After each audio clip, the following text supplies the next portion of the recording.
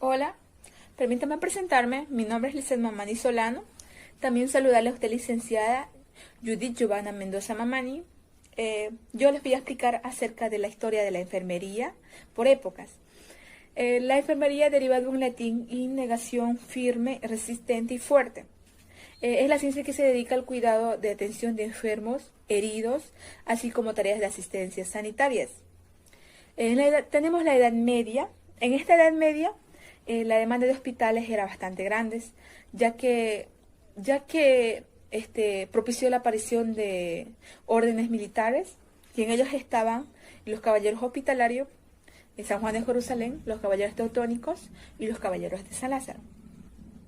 En esta historiografía se estudia que los hombres eran los administradores de salud, ya que las mujeres no podían ocupar un cargo. En la Edad Moderna, en el año 1500, era muy escasa la atención, ya que se practicaban en ámbitos domésticos. Habían grupos de nodrizas, parteras o comadronas que atendían a domicilio. También otros grupos de sanadoras. Estas tenían sus propios ritos, sus ritos espirituales. En la edad contemporánea, en el año 1860, se inauguró lo que es la escuela de Nightingale. Esta fue para la formación de enfermeras con una profesión. Fue una institución educativa fundada por Nightingale. Su objetivo fue formar enfermeras mediante programas específicos, formar una buena enfermera. También Nightingale fue una de las primeras mujeres enfermeras que definió lo que era enfermería.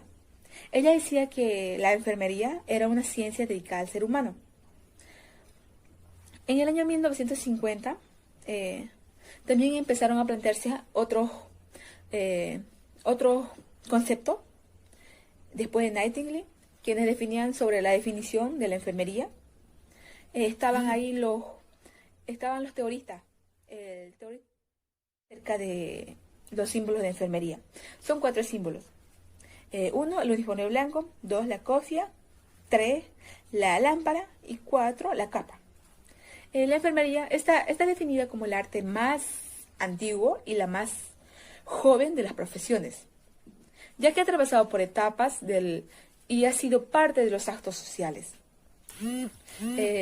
Esto deriva de la herencia militar, religiosa y herencia femenina, el cual forma para la prosperidad de los símbolos que presentan la profesión de la enfermería.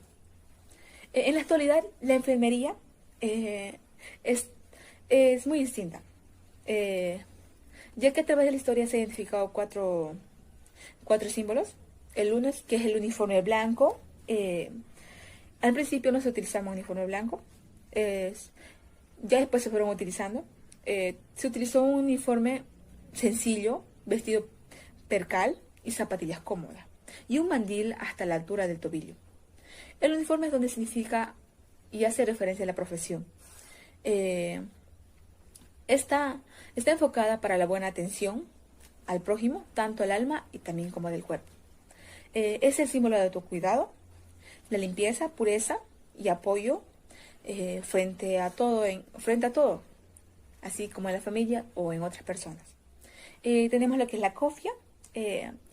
La cofia, en algunas cofias, las enfermeras evocan la religiosidad católica y puntualmente con el cuidado de los enfermos y servicio humanístico.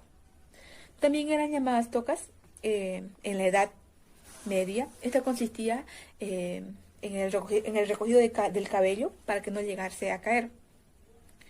La lámpara, la cofia presenta 8 valores de espíritu. Tenemos lo que es el servicio, vivir sin malicia, humildad, justicia, combatir el pecado, misericordia con sinceridad y ser capaz de sufrir. Tenemos lo que es la lámpara. Florence Nightingale fue la primera quien llegó a usar la lámpara para hacer sus servicios nocturnos, el cual ella llegaba a atender durante la guerra de Crimea en el año 1854. Hacía sus cuidados nocturnos dándole la atención de servicio a las personas más heridas. Es el símbolo que muestra lo que se requiere a todos en los actos de cuidado, símbolo de claridad, el reconocimiento y la iluminación que brinda el saber. Tenemos lo que es la capa. Esta fue hecho de tela fieltro. Este material se usó ya que debido a las bajas temperaturas, ya que las enfermeras tenían que hacer sus guardias 24 horas. El significado es hacerles sentir el peso hacia los hombros, la responsabilidad que ellas debían tener, ya que uno elige lo que es la carrera de enfermería para tener una responsabilidad y ser responsable en estos actos de trabajo.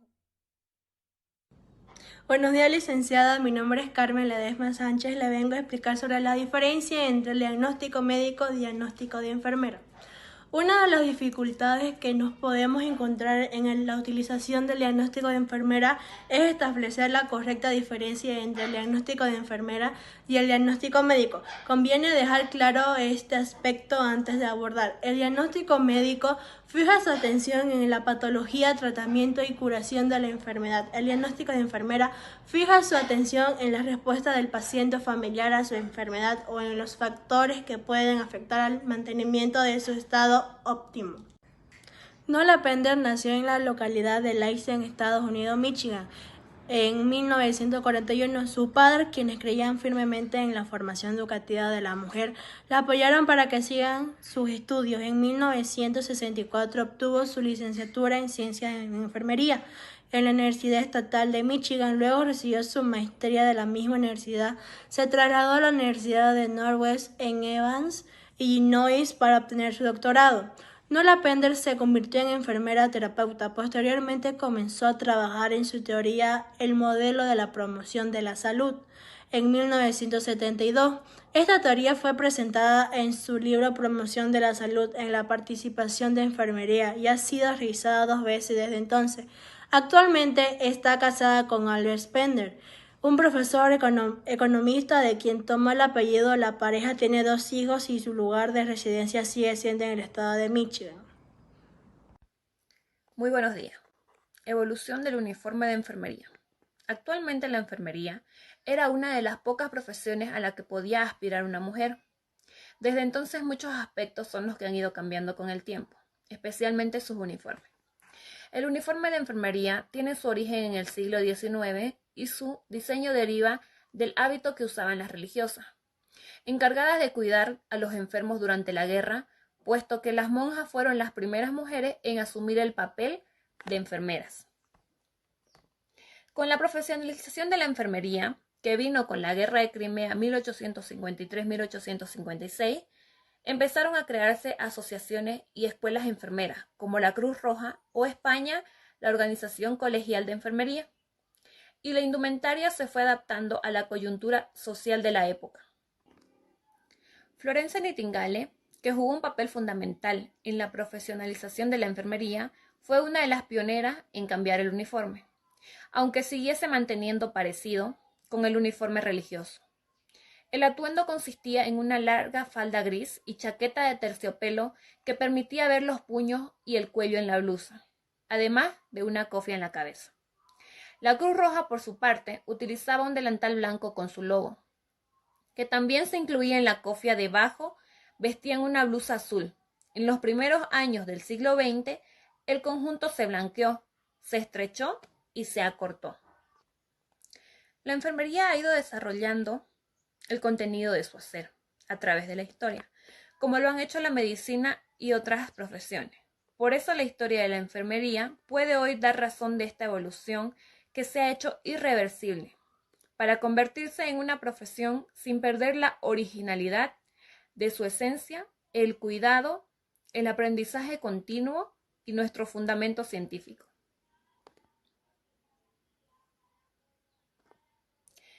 La enfermería desde sus inicios ha sido acompañada por una simbología propia que la caracteriza con un significado relevante que permite interpretarla y comprenderla. 1910. Las enfermeras se caracterizaban por llevar un largo vestido blanco hasta los pies, con cuellos de pico. Un babero blanco cubría el torso de la enfermera hasta la cintura, donde los pliegues bajaban formando un delantal gigante. La Guerra Mundial trajo consigo importantes cambios en los uniformes, debido a que las enfermeras tenían que ser rápidas y capaces de proporcionar cuidado y atención a los soldados de manera más eficaz posible, por lo que se añadieron bolsillos y las mangas para facilitar el movimiento. Años 20. Después de la guerra, ninguna enfermera quería ponerse de nuevo los antiguos vestidos, voluminosos y los gigantescos delantales de la década anterior. Un simple vestido blanco que caía hasta los tobillos reemplazó el pesado traje del pasado y se convirtió en la nueva base del uniforme de enfermera que conocemos hoy. Años 30. El vestido blanco o bata con cuello y la cofia fue lo normal para las enfermeras durante esta década. Se solía acompañar con panties de color blanco. Años 40. Los delantales y uniformes se volvieron mucho más sencillos durante la mitad de los años 40. Se acortó la longitud del delantal, la justa para proteger el frente del vestido.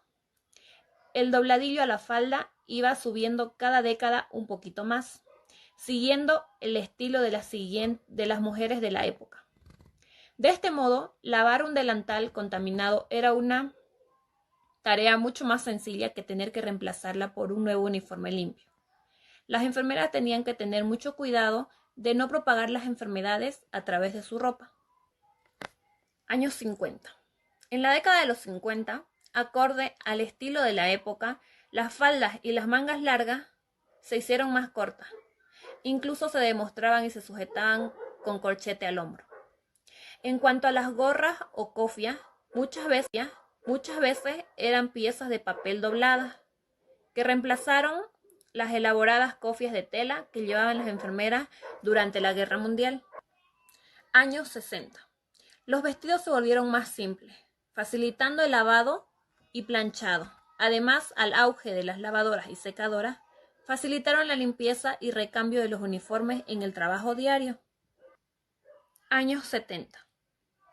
Fue en la década de los 70 cuando el traje de enfermera pasó a considerarse prácticamente como una herramienta más de trabajo, que respondía a las características de comodidad y funcionalidad propias con las que debe contar la ropa de trabajo profesional. El uniforme de enfermería se deslizó y se desligó entonces por completo de consideraciones de índole religiosa o bélica, que, como explicábamos anteriormente, han condicionado su evolución, desarrollo y la imagen que se tiene de la enfermería. En los 70, la cofia de la enfermera desapareció durante el uso diario del trabajo. Años 80 y 90. Los uniformes de enfermera empezaron a parecerse a la ropa cotidiana, con algunas enfermeras sustituyendo los trajes habituales por unos juegos de pantalones y chaqueta blanca. Las camisas de cuello abierta y los pantalones se hicieron muy populares en la década de los 80, según se fueron incorporando hombres como enfermeros. Finalmente, las enfermeras pudieron dejar de llevar tacones y empezaron a ponerse calzado cómodo para poder ejercer su trabajo con más comodidad y eficaz. En la actualidad, desde los 90, el uniforme tradicional de enfermera se ha ido sustituyendo por los nuevos trajes de tela en la mayoría de los hospitales de Estados Unidos y Europa. Los puedes encontrar en diferentes estilos, nuevos tejidos, colores, estampado, diseños y muchos más. Hoy en día la forma de reconocer a estampado, diseño y muchos más. Hoy en día la forma de reconocer a una enfermera es mediante la placa identificativa del uniforme o bien por la diferenciación de color de uniforme que haya en el hospital o centro de salud. La enfermera está para brindar apoyo, para dar apoyo a sus pacientes y para darles la confianza que ellos necesitan. para poder seguir. Una enfermera es temporalmente la conciencia de la inconsciencia, el amor por la vida del suicida, la pierna del amputado, los ojos del nuevo ciego, el conocimiento y la confianza de una nueva madre y la voz de aquellos demasiado débiles para hablar. No puede haber mayor agradecimiento que el ver bien a los pacientes a los cuales atiende, a las personas que te piden ayuda y se las brinda sin ningún tipo de interés. Puede que olviden tu nombre, pero jamás olvidarán cómo les hiciste sentir y les ayudaste a salir adelante. Muchas gracias. Buenos días, licenciada y compañeros. Yo voy a exponer la biografía de Florence Nightingale y la biografía de Marjorie Gordon. Florence Nightingale fue una escritora, enfermera y estadista inglesa, considerada precursora de la enfermería como profesión moderna. Fue la creadora del primer modelo conceptual de enfermería y Nightingale nació en Florencia, Italia, en 1820 y murió en 1910. Estudió matemáticas y estos conocimientos le sirvieron para aplicarlos en el estudio de la enfermería mediante análisis estadísticos y epidemiológicos, y gracias a estos estudios pudo sentar las bases para la profesionalización de la enfermería. En 1844 expresó su deseo de dedicarse a la enfermería, lo cual en esa época era novedoso porque la mujer debía dedicarse a labores de hogar, labores de casa. Pero ella continuó sus estudios de enfermería pese a esto, y es así que en la guerra de Crimea pone en práctica todos estos conocimientos, y ahí se da cuenta que en los hospitales de campaña la higiene era mala, era inadecuada, lo cual provocaba muchas infecciones, es decir, que se dio cuenta que los soldados morían más por infecciones que por heridas de la propia batalla o que la propia guerra. Y después de esta guerra, ella intenta demostrar que la higiene y la buena ventilación son básicas para que los hospitales reduzcan las tasas de mortalidad. Y en 1860 funda su propia escuela, la Escuela de Entrenamiento Nightingale, que vendría a ser la primera escuela de enfermería. También escribió su famoso libro Notas sobre Enfermería, considerada como la base de la enfermería básica. Dedicó el resto de su vida a promover el desarrollo de la enfermería como profesión y recibió muchos reconocimientos por ello a lo largo de su vida. Además, dentro de su teoría ambiental, nos habla sobre la necesidad de documentar la evolución de la persona para estudiar el progreso de su salud. Por esto la importancia de su teoría ambiental. Marjorie Gordon fue una teórica y profesora estadounidense que creó una teoría de valoración de enfermería conocida como patrones funcionales de salud de Gordon. Gordon fue una líder internacional en esta área del conocimiento de enfermería. Nació el 10 de noviembre de 1931 y murió el 29 de abril del 2015. Fue autora de 4 libros, incluyendo el Manual de Diagnóstico de Enfermeros. Sus libros aparecen en más de 10 idiomas diferentes y en más de 48 países y 6 continentes. Contribuyó significativamente al desarrollo del lenguaje enfermero estandarizado. Su obra en este campo tiene implicaciones en la investigación, educación, evaluación y competencia y el establecimiento del núcleo de conocimiento enfermero basado en las evidencias. Este lenguaje también formará la base del componente enfermero en el registro médico. Fue conocida especialmente por crear el conocido modelo de diagnóstico de enfermería, que consiste en una lista de actividades y comportamientos que contribuyen a la salud y calidad de vida de las personas.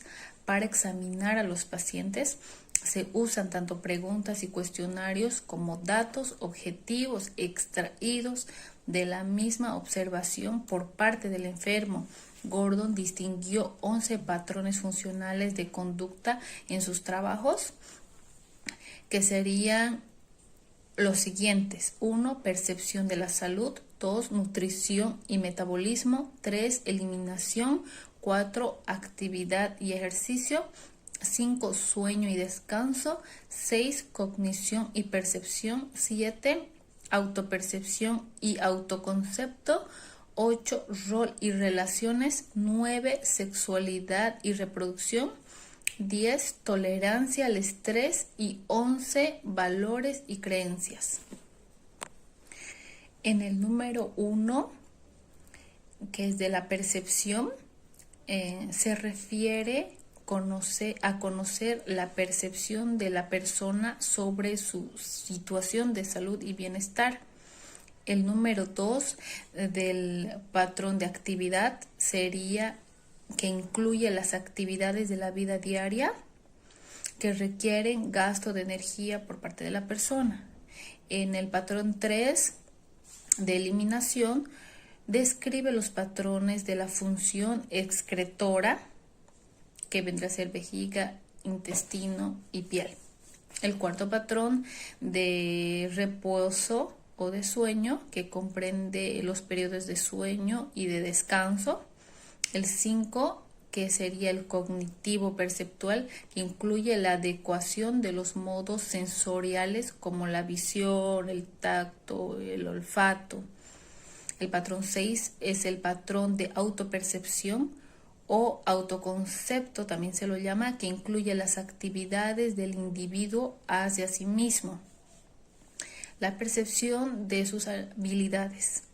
El patrón 7, que sería el patrón de rol o relaciones, que incluye la percepción del individuo de los principales roles y responsabilidades que tiene desde su situación vital o de salud actual.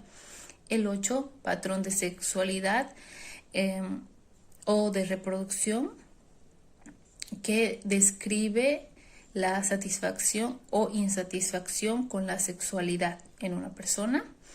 El patrón número 9, que es también de afrontamiento y tolerancia al estrés, que incluye la capacidad de resistir a los ataques y a la autointegridad y modos de manejar el estrés.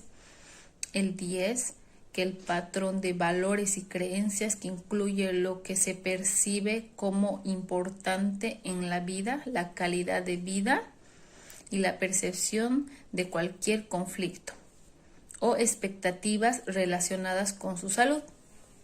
El 11, finalmente, que es el patrón nutricional y metabólico, que pretende conocer el consumo de alimentos en una persona en relación con sus necesidades metabólicas.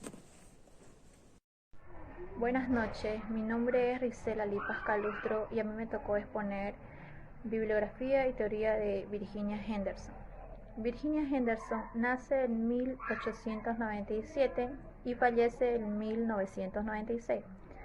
Se graduó como enfermera en 1991. Virginia Henderson fue una enfermera teorizadora que incorporó los principios fisiológicos y psicológicos de la enfermería. Desarrolló su interés por la enfermería a partir de la Primera Guerra Mundial. Para ella, la enfermería es ayudar al individuo sano o enfermo en la realización de actividades para su salud o bienestar, recuperación o lograr una muerte digna. Para Virginia Henderson, la enfermería es una profesión individual cuya función principal es ayudar, pero esta labor no la hace solitaria, la hace formando parte del equipo sanitario. Buenas, mi nombre es María Camila Arciniega Sosa, soy del grupo A de Enfermería General y hoy me tocó explicar sobre la historia de Dorothea Oren. Bueno, Dorothea Oren nació en Baltimore en 1914 y falleció en Savannah en 2007. Fue una de las enfermeras teóricas estadounidenses más destacadas. En el año 1930, con tan solo 16 años, Dorothea se graduó de enfermería en el Providence Hospital Washington, dirigido por las Hijas de la Caridad. En 1936 obtuvo el título de Ciencia en la Educación de Enfermería y en 1946 realizó un máster en la misma área, ambos en la misma Universidad Católica de América. Ella desempeñó su trabajo como profesional de enfermería en distintos ámbitos, tanto públicos como privados, en la atención de adultos y niños, realizando asistencia hospitalaria y domiciliaria. En 1940 se incorpora a la docencia como directora de la Escuela de Enfermería del Providence Hospital de Detroit, Michigan, durante 10 años. También fue profesora asistente y adjunta en la Universidad Católica de América y decana en 1966. Ella fue asesora y consultora del Consejo de Salud también del Estado de Indiana, la Oficina de Educación de Estados Unidos y del Departamento de Salud, de Educación y Bienestar Social. Gracias. Hildegard Peplau fue considerada como la enfermera del siglo y como madre de la enfermería psiquiátrica, debido a los notables aportes teóricos que dejó en la medicina. Desde 1952 sus teorías han servido como contribución en el desarrollo de la enfermería moderna y además como base en el estudio para profesionales y potenciales investigaciones en el ámbito psicoterapéutico y de la salud mental. Ella nació en 1909 en Pensilvania, Estados Unidos. Peplau obtuvo una formación educativa basada en psicología, enfermería y psiquiatría en institutos como el Hospital School, y también ejerció labores en el Cuerpo de Enfermeras de Ejército. También se convirtió en directora ejecutiva de la American Nurses Association y donde un año después asumió la presidencia y realizó actividades en diversos centros de enfermería psiquiátrica, mientras que también llevaba a cabo la investigación teórica y ejercía la docencia. La enfermera del siglo falleció el 17 de marzo de 1990, California. Fue agregada al Salón de la Fama de la American Academy.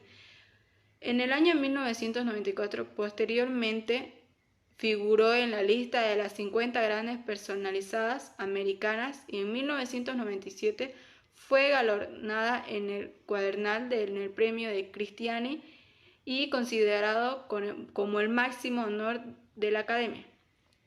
Teoría de las relaciones interpersonales.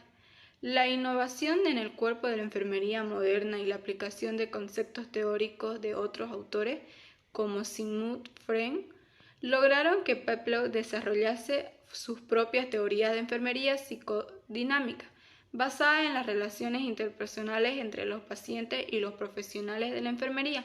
El progreso de dicha teoría se basó en el estudio de otras obras importantes sobre la conducta humana y el funcionamiento de las psiques. Además, la hilvanó con sus experiencias personales y profesionales dentro de su campo laboral. En su obra interpretada Interpersonal Relation, explica cómo la interacción entre pacientes y enfermos debe funcionarse a través de la cooperación para hallar el equilibrio que brindara salud, bienestar y la mejora del estado físico y psíquico. 4 frases de las relaciones interpersonales. Según Peplau, la correlación entre pacientes y enfermeros se da a 4 fases que tiene como objetivo el desarrollo personal de ambos diferentes entornos. La primera fase se denomina orientación, momento en que el paciente presenta un estado de incomodidad y necesita apoyo de un profesional de enfermería, quien le ayudará a atender lo que ocurre. La segunda fase es la identificación. En este punto en el paciente reconoce la necesidad y de ayuda y la colabora con quienes le brindan el apoyo, mientras que el profesional de enfermería hace el diagnóstico y establece un plan de acción.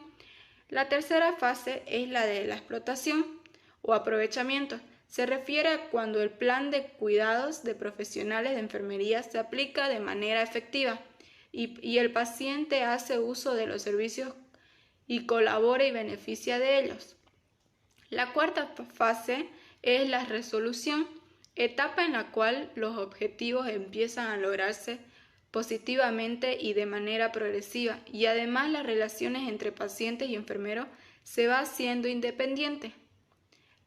El desarrollo de las fases explicadas por Peplau fue adoptada de manera generalizada por la comunidad de enfermería, ya que se ofrece un método factible y constituye un modelo basado en teoría y práctica que promueve una relación de dependencia necesaria para hallar soluciones a una necesidad insatisfecha. Las funciones de la enfermería. Peplau, además de su reconocida teoría, también describió 6 funciones de la enfermería que ocurren en la práctica de interacción con el paciente. El extraño. Inicialmente el paciente observa al enfermero como un desconocido y la relación debe tratarse con respeto, buscando el conocimiento de detalles que ayudarán posteriormente a la cooperación de ambos. Persona, recurso. El enfermero ofrece respuestas al problema del paciente y brinda explicaciones sobre el plan de cuidados a seguir para dar soluciones. El docente. En esta fusión se mezclan 2 tipos de aprendizaje. Instructivo, que se basa en el conocimiento a través de información por diferentes medios, y el aprendizaje experimental, basado en las actividades prácticas que se realizan como parte del plan de cuidado ofrecido por el enfermero. El conductor es una de las funciones en las que mayormente se aplica la teoría de cooperación y la relación interpersonal entre paciente y enfermero, ya que ambos deben participar activamente en pro de los objetivos planteados al inicio de la relación. El sustituto. Para el paciente, el enfermero se convierte en un suplente de alguien a quien recuerda con similitud. En este punto, el enfermero debe ayudar a crear diferencias y se da una relación de dependencia e independencia entre ambos. El consejero. Para Peplau, es la función más importante de la relación, ya que es cuando el enfermero asiste a dar respuestas y observaciones de la realidad de la situación actual al paciente con el objetivo de ayudarlo a comprender lo que sucede y pueda superar las necesidades. La enfermera del siglo. Si bien la teoría de Hildegard Peplau fue pionera para el momento, algunas de sus aportaciones teóricas no fueron bien percibidas en los primeros años de su publicación. Se cuestionó la idea del aprendizaje experiencial. Investigadores disintieron con respecto al método de las 6 funciones de la enfermería, especialmente con el rol del sustituto. Sin embargo, la aplicación de su teoría se expandió en el campo profesional de la enfermería debido a que promueve un conglomerado de teorías conductuales, sociales y psicoterapéuticas que justas buscan de ser solucionadas necesidades. Soy la alumna Evelyn Busto. Hoy les vengo a hablar sobre la teorista Calista Roy. Calista Roy nació el 14 de octubre de 1939 en Los Ángeles, California, Estados Unidos. También fue una monja religiosa, también estudió enfermería, tuvo un diplomado y un doctorado en filosofía y psicología. Calista Roy vio la necesidad de las personas de la tercera edad, de los infantes, los niños, y adaptó un método de adaptación para esa época, donde se trataba de la enfermería, de la personalidad y del entorno familiar. En este caso, ella vio la necesidad de aquellos pacientes que estaban físicamente y mentalmente deprimido, y también aquellos niños que no tenían los papás o el cuidado suficiente. Por eso ella implementó este método. En la actualidad este método es accesible para todas las enfermeras que atienden pacientes con cuadro clínico muy grave. También en 1970 publicó más de 30 libros. En la actualidad también es una precursora de la persona que da conferencias a varios países de Latinoamérica. En 1978 se dio a conocer porque ella pudo hacer una publicidad de la adaptación para que todos los países la conozcan. En la actualidad, Calista Roy es docente de la universidad en Boston, en Estados Unidos, dando a conocer a las enfermeras para prepararse en diplomado y en doctorado. Una de las cosas que podemos rescatar de Calista Roy es la adaptación. Como enfermera que vamos a hacer, nosotros debemos de implantar esa adaptación para nuestros pacientes cuando nos toque atender. Gracias Calista Roy por sus enseñanzas, y en la actualidad está en nuestro corazón. Jean Watson es una enfermera estadounidense. Nació el 10 de junio de 1940 en Virginia Occidental. Finalizó sus estudios de pregrado en 1961. En 1964 obtuvo en bachillerato de ciencias de enfermería. En 1966 alcanza una maestría en salud mental y psiquiatría. En 1973 obtiene un doctorado en psicología. Jean Watson se dedica al cuidado humano. Esta teoría de Jean Watson sostiene que ante el riesgo de deshumanización en el cuidado del paciente se hace el rescate del aspecto humano, espiritual y transpersonal en la práctica clínica, administrativa y educativa y de investigación por parte de los profesionales en el campo de la enfermería. Por esto es que se basa en 7 supuestos básicos. Número 1. El cuidado solo se puede manifestar de manera eficaz y solo se puede practicar de manera interpersonal. Número 2. El cuidado eficaz promueve la salud y el crecimiento personal o familiar. Número 3. El cuidado comprende factores del cuidado que se resultan de satisfacer ciertas necesidades humanas. Número 4. Las respuestas derivadas del cuidado aceptan a que la persona no solo como es, sino como la persona puede llegar a ser.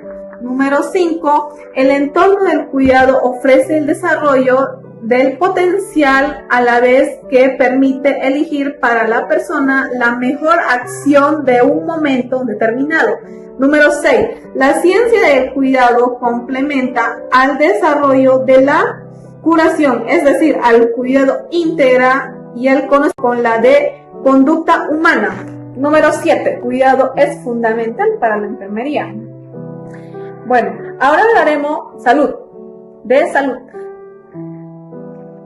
Tiene que ver con una unidad, armonía entre mente, cuerpo y alma y espíritu.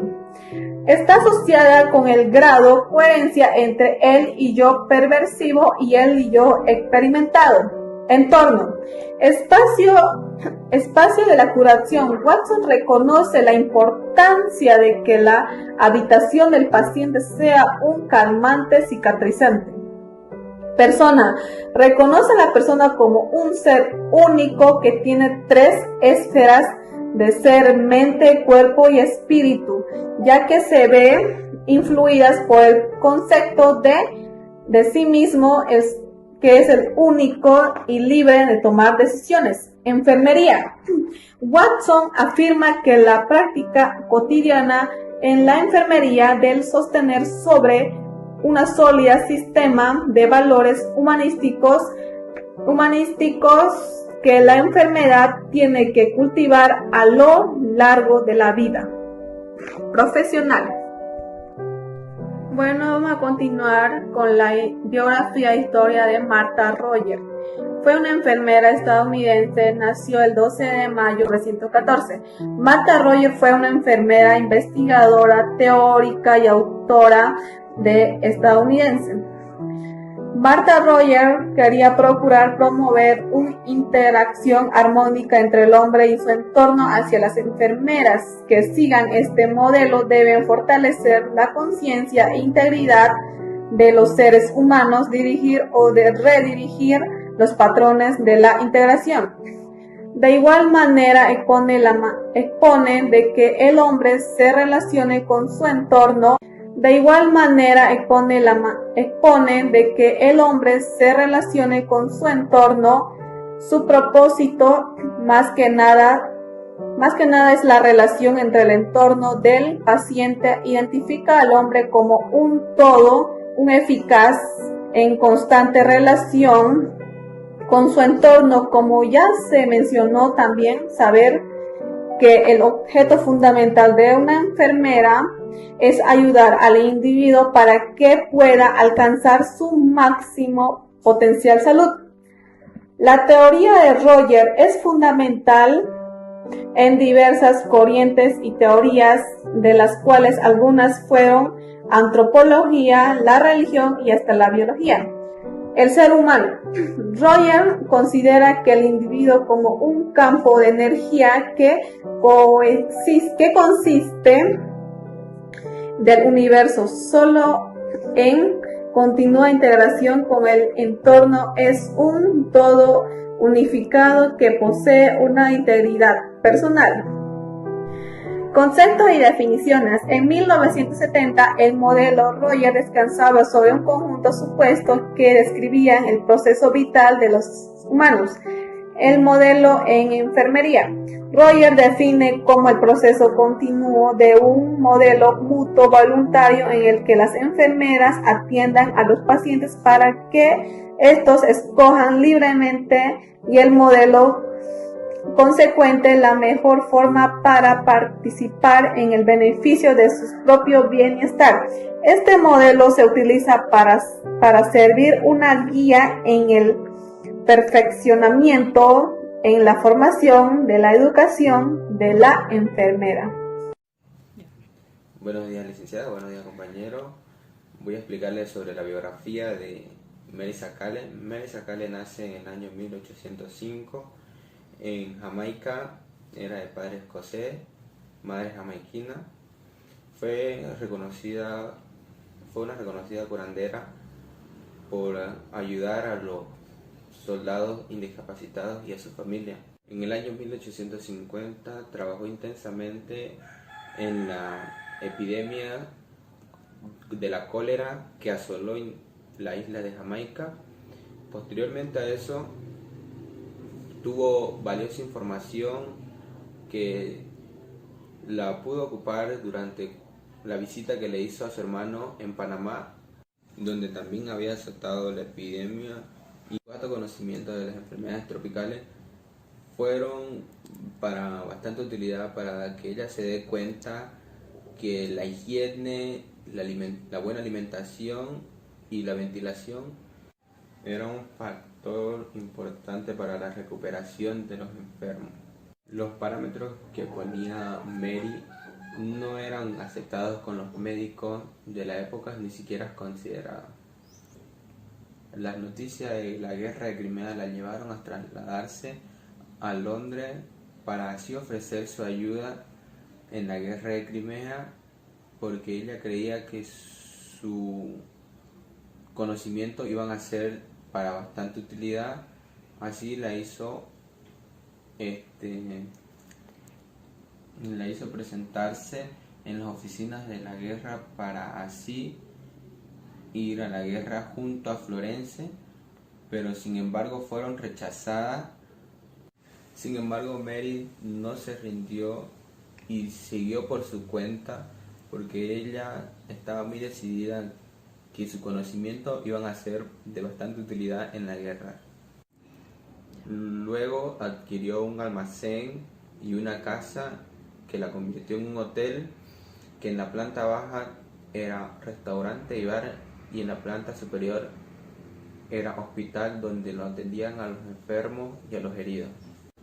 Cada mañana Mary partía con su mula llenas de alimentos y medicamentos al campo, que la convirtió en un hotel, que en la planta baja era restaurante y bar, y en la planta superior era hospital donde lo atendían a los enfermos y a los heridos. Cada mañana Mary partía con su mula llenas de alimentos y medicamentos al campo de batalla, ya sea ayudar al ejército enemigo. No le importaba si era enemigo o no, ella la cuestión era ayudar, y era muy reconocida cuando ella llegaba al campo de batalla por su atuendo muy colorido, sus lazos de colores. Los soldados le empezaron a llamar Mamá Sacole y a Florencia le decían negra. Al finalizar de la guerra en el año 1856 decide volver a Londres para así escribir un libro autobiográfico, y finalmente Mary Sacole muere en 14 de mayo de 1881.